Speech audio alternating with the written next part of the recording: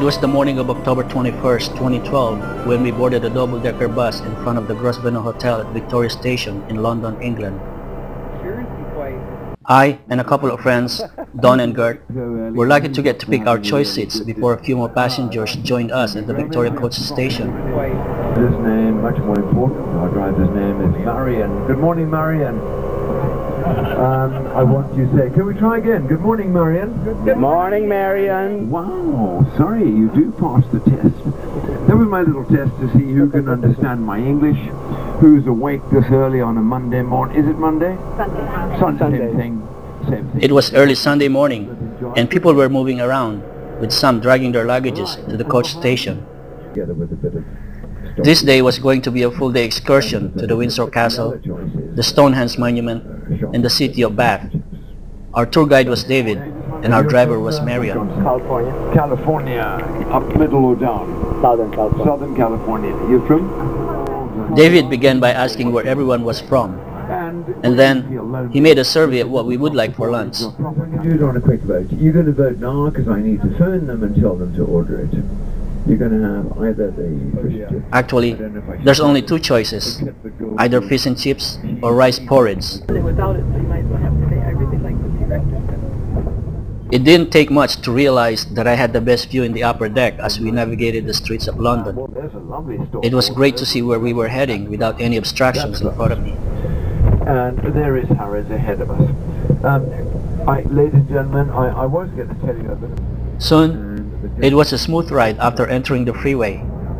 Here in England, they drive on the left side, but I don't think anyone ever paid attention.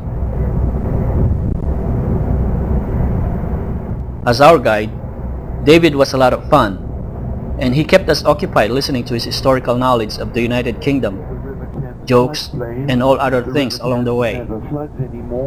He liked to give a countdown, and all eyes followed before we get to see the precise point or landmark that he wanted us to see. Look to the left, 5, 4, 3, 2, 1, there is the River Thames. That's tomorrow morning's coffee. A little muddy, but that's fine. It's clean. Guys, close your eyes, would you, for a pass? The English countryside was beautiful, in spite of the cloudy day. When we exited for our first stop, the Windsor Castle, it seemed like a history book was opened in front of us. Nice-looking flats or apartment buildings lined up the streets as we passed through and headed for the Windsor Castle. Marion's going to put the back of the coach in there first. As soon as he does, we're going to jump off and start walking straight away. There was a little bit of walking from the parking lot and past some of the souvenir shops, train display, and other things that some of us found interesting to take pictures of, until it was time for David to update us of where we were at. But he's a hell of a lot more than that. He's a marvelous wine from the top of the... Let's go. Let's go. We're ahead of these people, I think.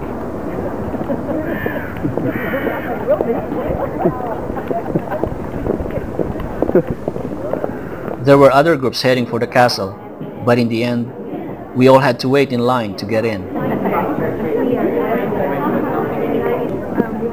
For independent visitors, audio guides were available, and our guide was more than enough for us. And to the castle we headed. It was a weird feeling, and at the same time exciting to walk by the stone walls and the towers of the Windsor Castle. Ladies and gentlemen, this tower here, the little one, and all to the right of it is where she lives privately in about 220 rooms. I imagine she's got a room for the red shoes, a room for the blue shoes. We stopped by the round tower and we kept our cameras busy. The Royal Standard flag was up over the round tower, which means that the Queen of England could be here somewhere and may be hiding from us. At other times, the Union Jack flag flies in its place. By that French fellow, William the Conqueror. He invaded us. Windsor Castle was first built by William the Conqueror, following his invasion of England in 1066. The original structure was built from timber with earth fortifications, and the castle was later rebuilt in stone and grew in importance over the years. France, all these stones were brought from France on sailing ships 8, 9 and 1,000 years ago. That's French stone, hard stone, not easy. The Windsor Castle, the largest in England, was built high above the River Thames and has been home to the royal family for 900 years. It is also the oldest and largest occupied castle in the world. It has remained largely unchanged since the early 19th century. It is now an official residence of the Queen of England and is used for state occasions and royal receptions. And that's what he's doing. Our attention also turned to the royal guards marching toward us and passing by us on their way to the other end of the castle. They look very impressive with their red uniforms. It was a short little show and an opportunity for pictures. They're on duty here for about a month, their regiment. Then they'll go away. From here, we walked and stepped inside the castle. But we were disappointed that photography and filming was not allowed. Inside the castle were colorful rooms furnished with some of the finest works of art from the royal collections, including the Queen Mary's doll's house, paintings, coats of arms and beautiful high ceilings, a large collection of armor, and the lavishly decorated state and dining rooms used for official functions. During our visit, the gallery exhibited 60 selected photographs for the 60 years of the Queen of England, which were brought together for display at Windsor Castle to commemorate Her Majesty's Diamond Jubilee.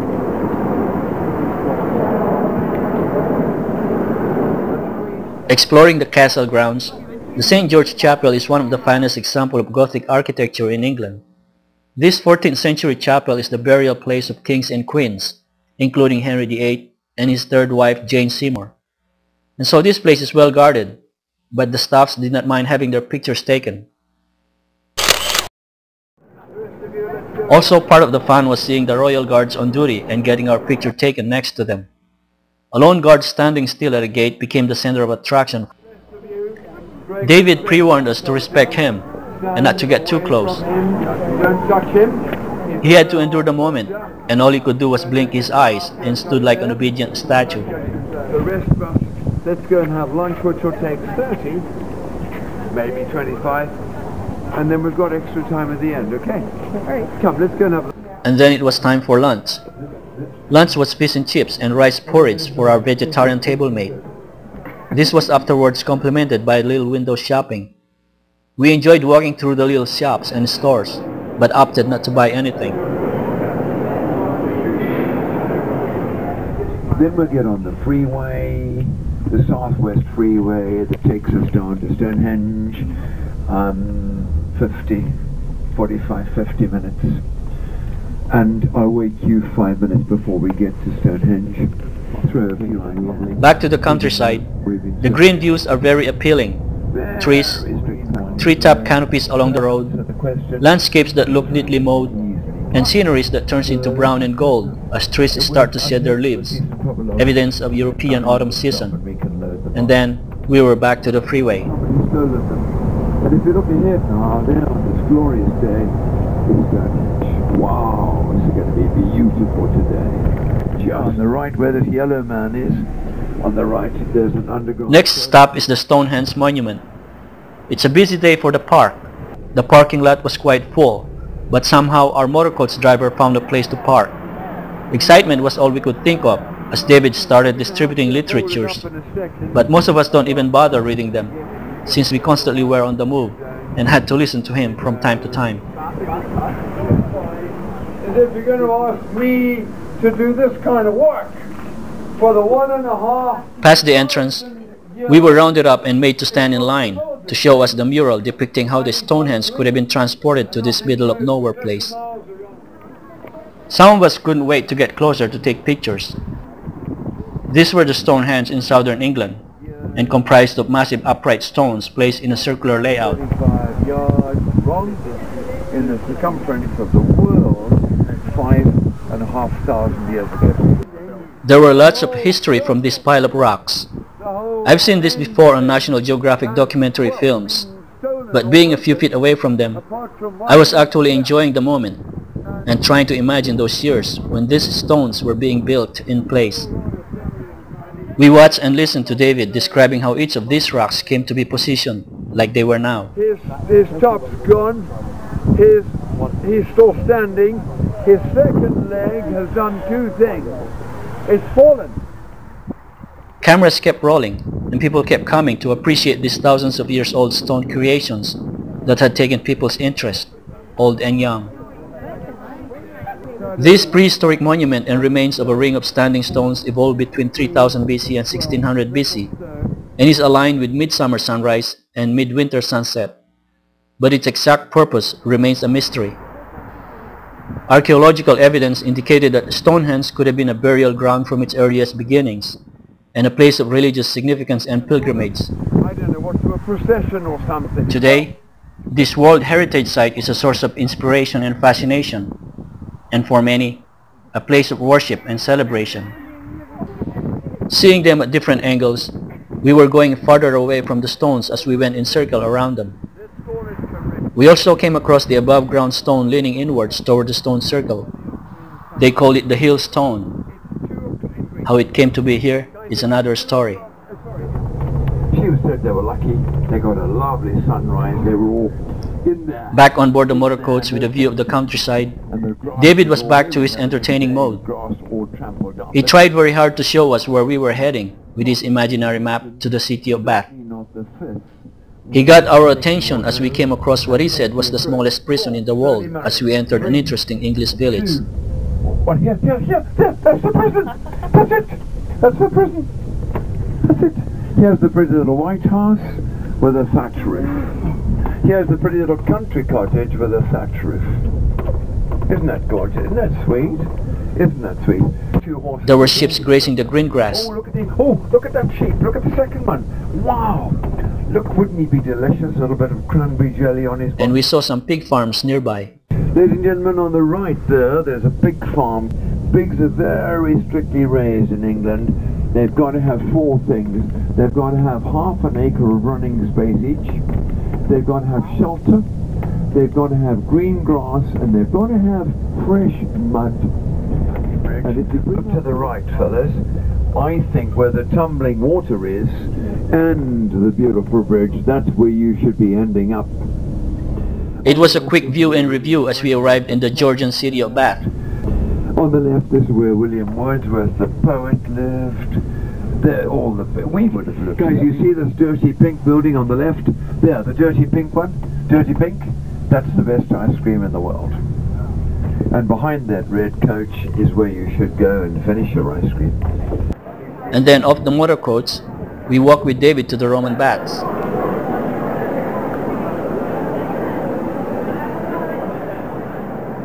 The buildings above the street level date from the 19th century, and the Roman baths themselves are below the modern street level. Those days, worrying nothing at all. They didn't worry, did they? This is a well-preserved Roman site for public bathing and has become a major tourist attraction. We did not have time to actually explore the baths, but we were able to catch some glimpse through the side windows. Outside, the streets were busy, and there were plenty of shops selling different things and souvenirs. We went to the fudge shop that made them fresh, and we came for free samples of their devilishly different fudge. They tasted good, but we did not buy any. Thank you. There we go. Yeah, sticky is very right.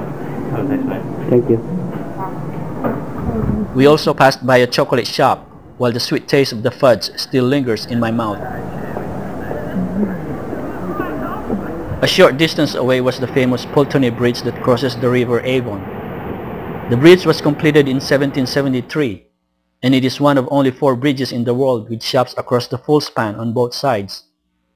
We hung out there a bit for pictures before walking back for an overlook view of the nearby garden.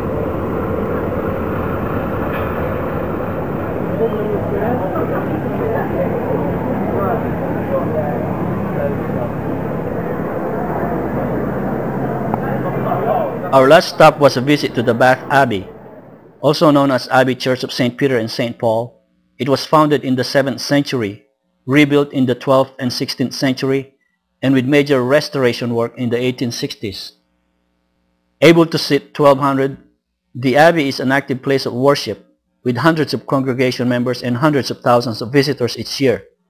It is used for religious services, secular civic ceremonies, concerts, and lectures. The building has 52 windows, occupying about 80% of the wall space. The west front includes sculptures of angels climbing to heaven on 2 stone ladders. Very, very nearly.